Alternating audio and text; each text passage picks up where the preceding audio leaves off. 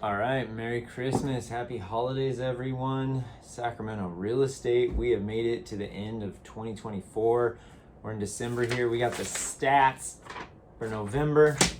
We're going to talk about what's going on in Sacramento Real Estate. Let's take a look.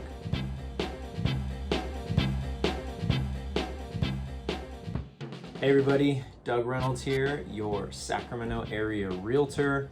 This is a monthly market video update I do every month talking about Sacramento real estate. We are in December 2024, beginning of January 2025.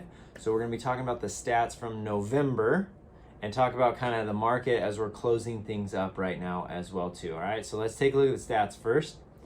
All right, median sales price. It stayed untouched for Sacramento County.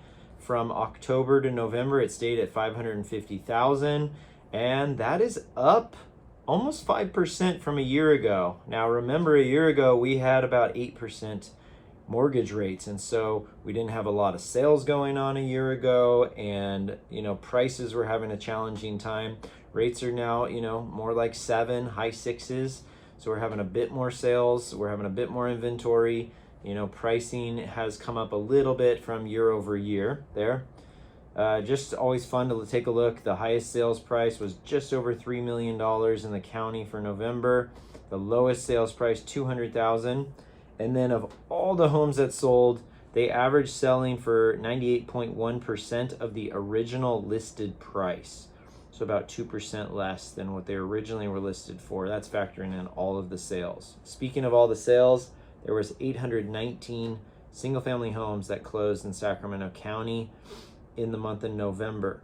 Now, it's common as we hit, September, October, November, December, we start to see the amount of sales sort of taper off. And so that happened. We had about 18% less sales month over month. But if you take a look year over year, we are starting to see some definite changes when it comes to year over year. As far as the amount of homes sold, almost 17% more homes sold than this time last year. So we've got more inventory, we'll get to that in a minute, as well as more homes closing escrow compared to last year. Average days on the market takes about a month to get the homes sold, and just over half had multiple offers. So even though things are selling, on average 98% of the original list price, still half of those homes are having multiple offers on them. So some are selling right away with a few offers, others are sitting for a long time before they finally get sold. And then taking a look at active listing inventory, it's very common for our actives to drop off incredibly as we hit October, November, December. So that is falling off. That was to be expected. Almost 23% less listings now than we had a month ago, but we are up as well. So closings are up, as well as active inventory is up compared to a year ago. This is a good sign, in my opinion. The market was just been kind of stuck at the end of 22 and most of 23. And so we are starting to see a little bit more thawing of the market. 1.8 months worth of supply of inventory. And then the pending sales also, a tiny bit less pendings compared to a month ago, but they are up about 7% from last year at this time.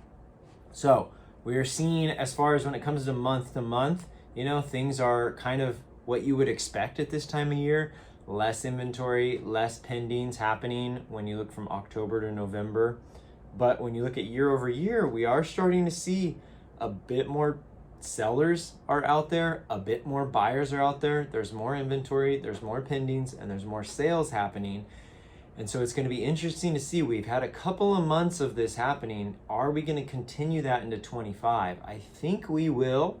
I think we will start to see a bit more inventory, a little bit more pendings, a little bit more closed escrows, but we're not going back to 2021 when we just had things going gangbusters. I think it's just going to continue to slowly thaw out as we had kind of a bit of a frozen market in 2023. It's obviously highly interest rate driven. What goes on with the rates is going to have a strong impact on that.